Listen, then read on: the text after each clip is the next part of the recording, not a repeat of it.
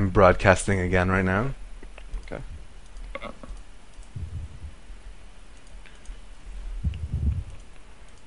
Wait. Are you joining this game? Yeah. Oh, you're not in the game. Nobody's invited me. They didn't invite you. You're gonna have to watch the stream, I guess. Oh well. I'm sorry, man. It's okay.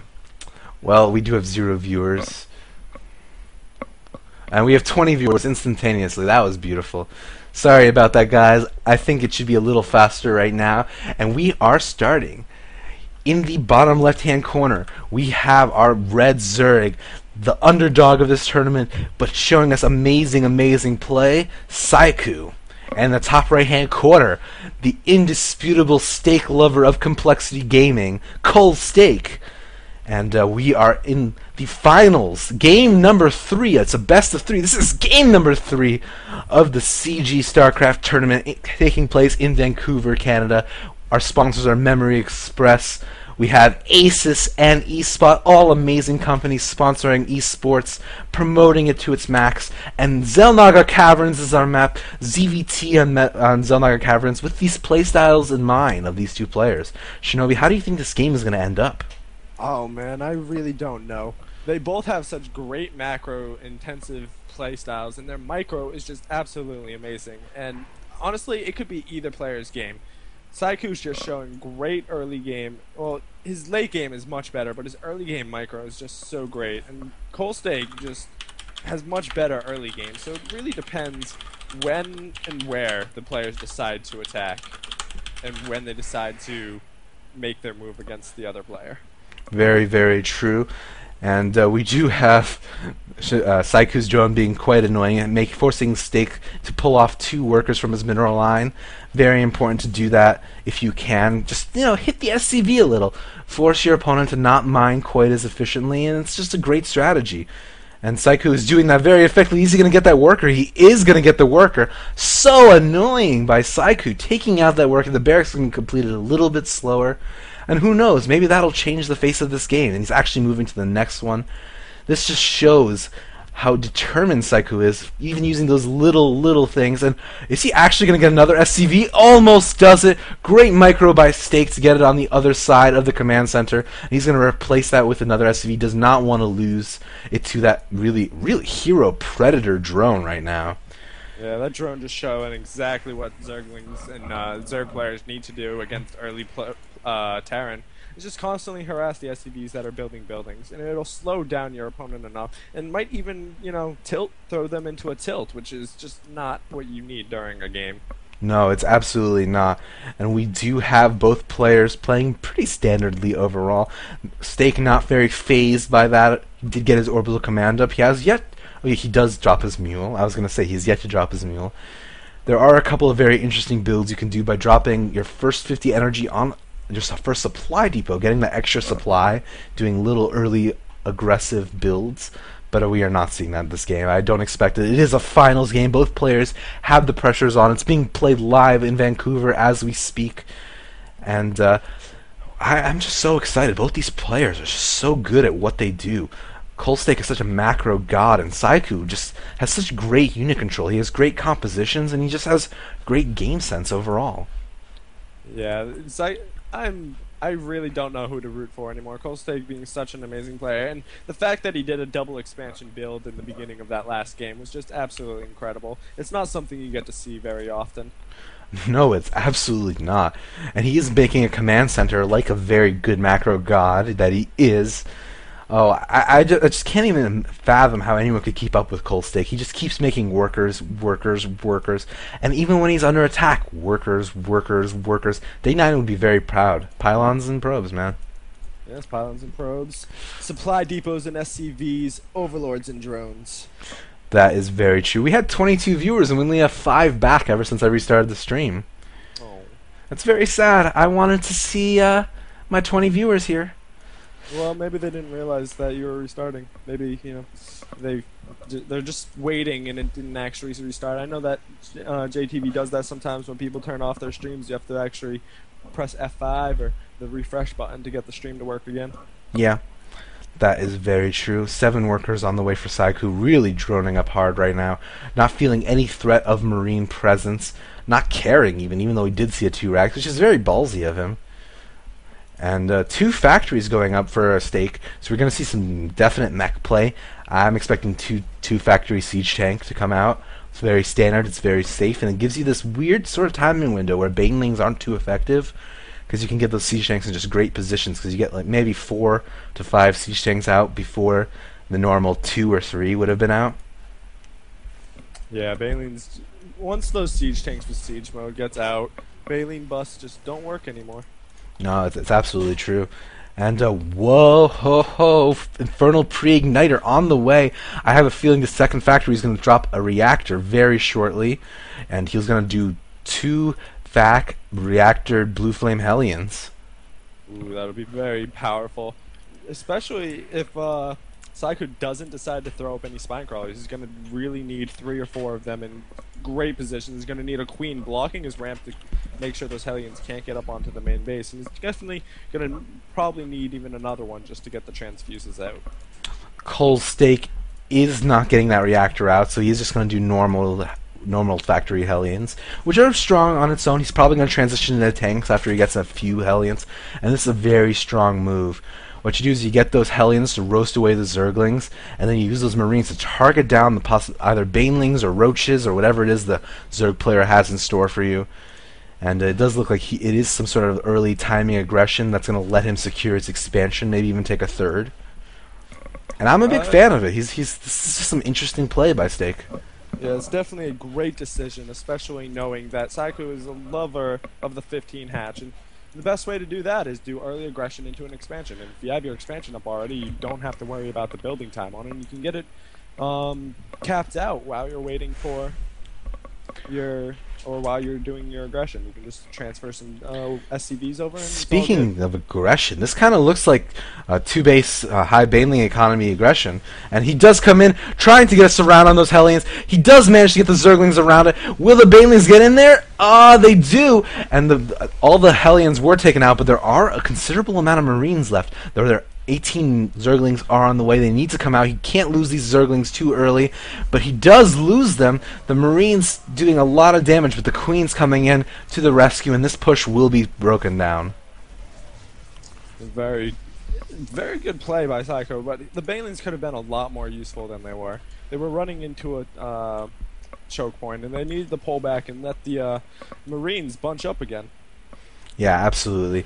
Colstake definitely could have handled that properly, but Saiku is just so good at handling these small engagements. You can tell he's practiced it time and time again. And we do have our Zerg player banking a lot of minerals, maybe getting ready to take a 3rd. And the Terran is trying to make this wall, and he erects it at the perfect amount of time. Those Zerglings could not get a good surround over it. And between the Hellion and those Marines, he did take out all those Zerglings pretty easily. He lost a couple of Marines due to his own siege tank fire, though. Yeah, it's very unfortunate that he didn't unsiege his tank, but it's okay. I mean, a few Marines isn't too big of a cost. And the tank did get a couple of hits off while they were trying to stream in. The 3rd base of Saiku does slowly go up right now, and he is just now getting his lair at 11 minutes. So that's a pretty delayed lair, and because of it, his economy is raging up a storm. 52 workers to 40. Saiku in a pretty firm economic advantage. And right now we see a Thor on the way for a stake. This is kind of an early timing for a Thor. There are no Mulists on the field. So maybe he's going for a second timing. And I don't know if you see this, Shinobi, but there are 4 factories already on the field for stake. Yeah, he's going for some sort of heavy Thor play, definitely. He's going to be throwing tech labs up on all of them. The thing is, no, he has reactors coming, so he's going to transition to some mech play rather than the traditional bio ball. He's going to get a lot of Hellions, a lot of siege tanks, some Thors mixed in, and the mech play is so underrated for Zerg. Hellions just roast Zerglings if you get a good angle on them. And if you get a decent amount of Marines, Mutalisks can't really deal with Thor and Marine. It's very true. You need something more powerful. You need infestors with narrow parasite. That's the main thing to take out a tech army. That's absolutely correct. I agree completely. You grab a couple of those units, the siege tanks fire on their own units, and this timing right here is pretty deadly by stake. It's sort of a weird after 3rd timing. that you don't really see Terran players attack quite as much in. But we expected Cole. Just by the last couple of games, I expected him to just be very focused on getting his third up. But really, he's doing really invested to this timing push here. He's even moving his tanks up aggressively. He's playing to his strength. His early game is definitely stronger than his late game, But and he knows that. Saiku is counterattacking all of these Zerglings, ignoring the Terran army, moving into the main in natural. And oh, there's nothing there. There's no wall. Only 2 unsieged siege tanks to block it off. This is almost a base trade scenario with the Terran army trying to get in, trying to take out as many things as they can. But the immobility of this mech army is just not going to be enough to deal with all of these Zerglings in the main. Oh, this is such a tense moment for both players.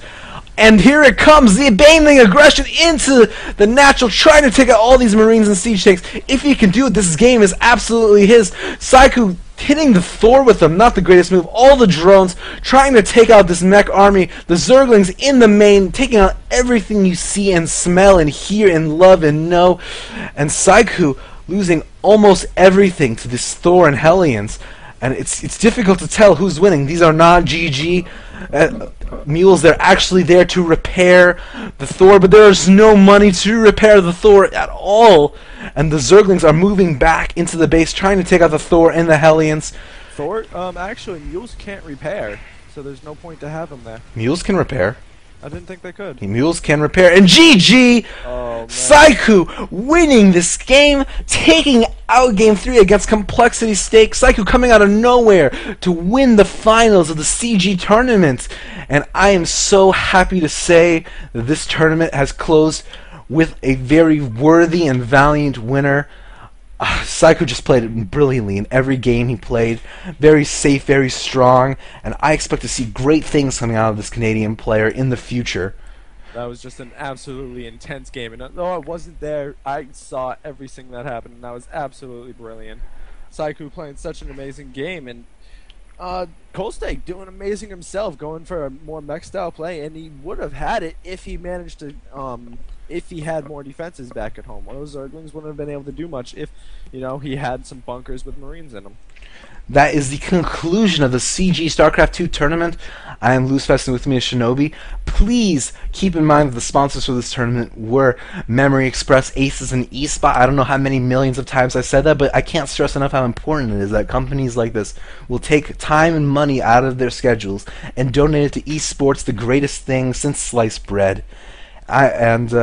If you like our channel, please feel free to follow Loosefast TV. We do cast a lot of tournaments. And please keep up on Cyber Gaming. They are a very interesting organization run by very competent people, and they put on a lot of great tournaments.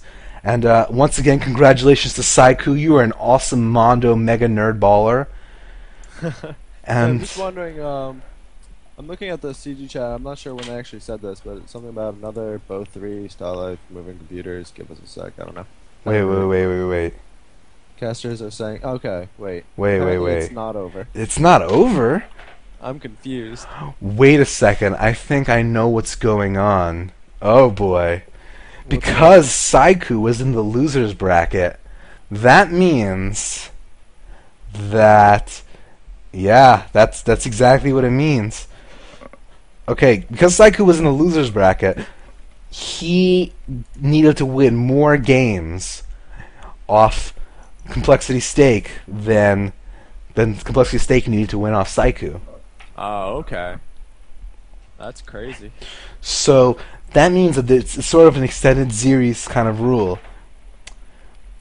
Whew, so we get more games. So now it's the grand finals, another best of 3 between Saiku and Complexity Stake. And you know what, Shinobi? I'm glad. I was a little depressed at the end of that all. I thought it was a great ending. Base trade scenarios are always good for the very last game. I agree. It was very, very awesome. Saiku needed to win 2 series to win this tournament, while Stake only needed to win 1. But Saiku proving his mettle, and now another series is on the way. This is definitely intense, and hey, I'm happy I'm actually going to be able to join the game this time. And hopefully my power won't go out for a 3rd time. That would just be absolutely ridiculous. I didn't miss the Ling run by Zaro, by the way. I saw it. I just was interested in other things at the time. There's just a lot going on in that game. That's why I didn't get into it. Man, that